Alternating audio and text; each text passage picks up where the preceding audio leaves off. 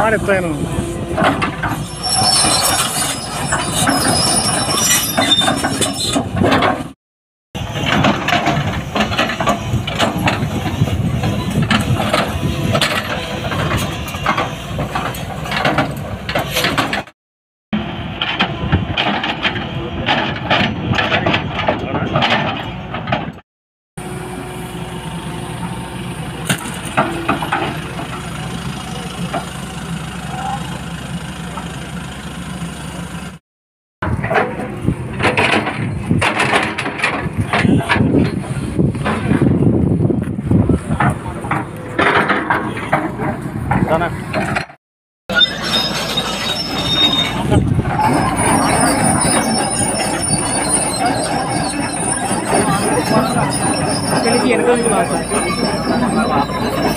ఆపమంటలేదు sir.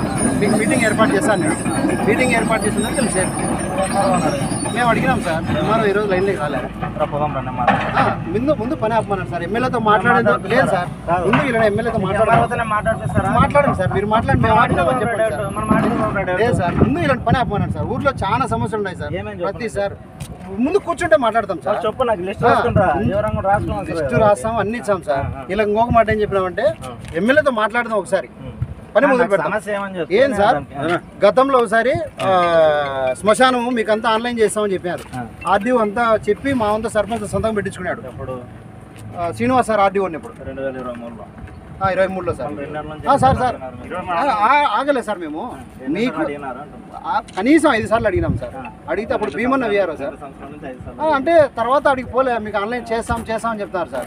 RDO sir వెళ్ళిపోయాడు. ఇప్పుడు ఇది టోటల్గా టూరిజంకి ఇచ్చారు.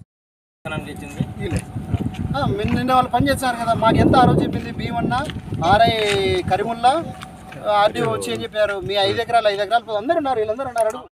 ఒకసారి మీటింగ్ కూర్చొని మాట్లాడుకొని పని చేసుకొని అంటాం. అంతే, అదే సంబంధం సార్. అదే కూర్చొని మాట్లాడితే కదా సార్.